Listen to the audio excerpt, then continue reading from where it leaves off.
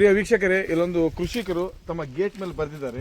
ತಾವಿಲ್ಲಿ ನೋಡ್ಬೋದು, ದಯವಿಟ್ಟು ಗೇಟನ್ನು ತೆರೆದಿಡಬೇಡಿ.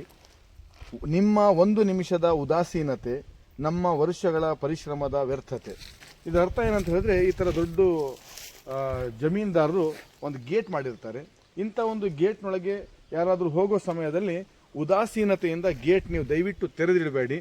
ನೀವು ಒಂದು ನಿಮಿಷದ ಉದಾಸೀನತೆ ಅಂತ ಹೇಳಿದ್ರೆ ನೀವು ಗೇಟು ತೆಗೆದಿಟ್ಟು ಹೋಗ್ಬಿಡ್ತೀವಿ, ಏನು ಹಾಕಿದ್ರೆ ಆಯ್ತಲ್ಲ ಅನ್ನುವಂಥ ಮನೋಭಾವನೆಯಿಂದ ನೀವು ಒಳಗೆ ಹೋಗ್ಬಿಟ್ರೆ ನಮ್ಮ ವರ್ಷಗಳ ಪರಿಶ್ರಮ, ಒಬ್ಬ ರೈತ ವರ್ಷಗಟ್ಟಲೆ ಅಡಿಕೆ ಬೆಳೆದಿರ್ತಾನೆ, ಕಬ್ಬು ಬೆಳೆದಿರ್ತಾನೆ, ಇನ್ನಿತರ ಯಾವುದಾದ್ರೂ ಒಂದು ತಮ್ಮ ಕೃಷಿ ಜೀವನದ ಜವಾಬ್ದಾರಿ ಮಾಡಿರ್ತಾನೆ.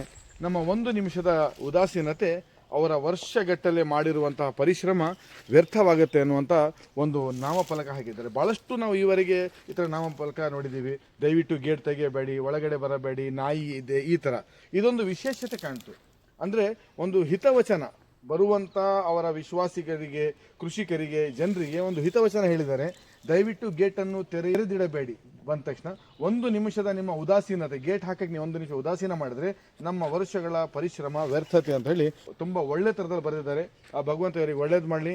ಈ ಜಾಗದಲ್ಲಿ ಬರುವವರು ದಯವಿಟ್ಟು ಗೇಟ್ ಹಾಕಿ. ಕೇವಲ ಈ ಜಾಗ ಅಂತಲ್ಲ, ಯಾವುದಾದ್ರೂ ಕೃಷಿಕರ ಜಮೀನಿಗೆ ನೀವು ಹೋದಾಗ ದಯವಿಟ್ಟು ಗೇಟ್ ಹಾಕುವುದನ್ನು ಮರೆಯಬೇಡಿ ಅಂತ ಹೇಳ್ತಾ ಈ ಒಂದು ವಿಡಿಯೋ ನಾನು ಮುಗಿಸ್ತಾ ಇದ್ದೇನೆ. ಜೈ ಹಿಂದ್, ಜೈ ಕರ್ನಾಟಕ.